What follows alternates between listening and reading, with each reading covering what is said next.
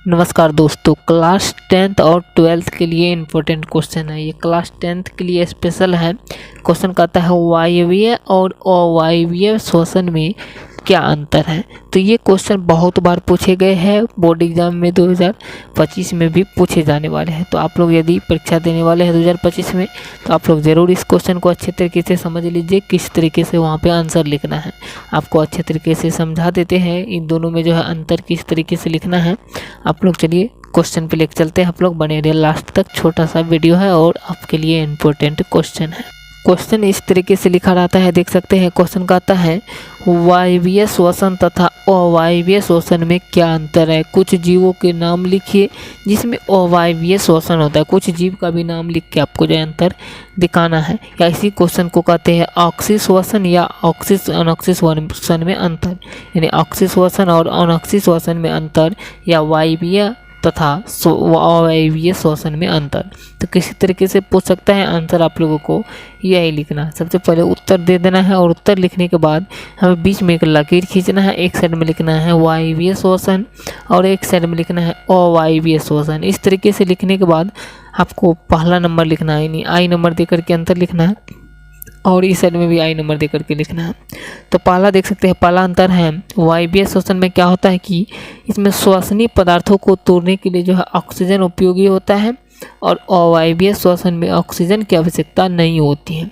क्या होता है, जब वायवीय श्वसन की क्रिया होता है इसमें जो श्वसनीय पदार्थ जो होता है उसको तोड़ा जाता है वहाँ पे, और तोड़ने के लिए ऑक्सीजन ज़रूरी होता है और इसलिए ऑक्सीजन की आवश्यकता होता है।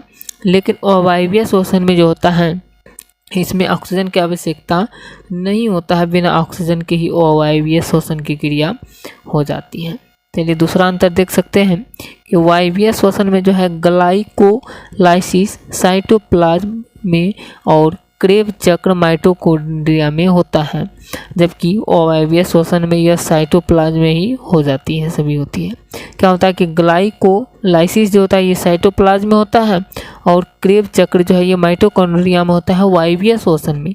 लेकिन ये सभी क्रिया जो है ग्लाइकोलाइसिस और क्रेब चक्र जो है ये साइटोप्लाज्म में ही हो जाता है अवायवीय श्वसन में।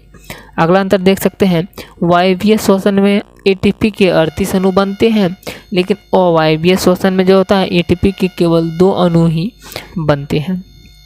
अगला क्वेश्चन देख सकते हैं कि वायवीय श्वसन में श्वसनीय पदार्थ पूर्ण रूप से अपचयित हो जाता है और अवायवीय श्वसन में जो है ये अपचयन अधूरा होता है।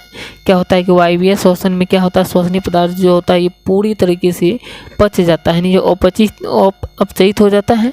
लेकिन यहाँ पे अवायवीय श्वसन जो होता है जिसमें कि भोजन जो अपचयन होता है भोजन का, ये अधूरा ही क्रिया होता है, यानी पूर्ण रूप से क्रिया इसका नहीं होता है, पूर्ण रूप से अपचयित नहीं होता है, अधूरा अपचयन की क्रिया होता है।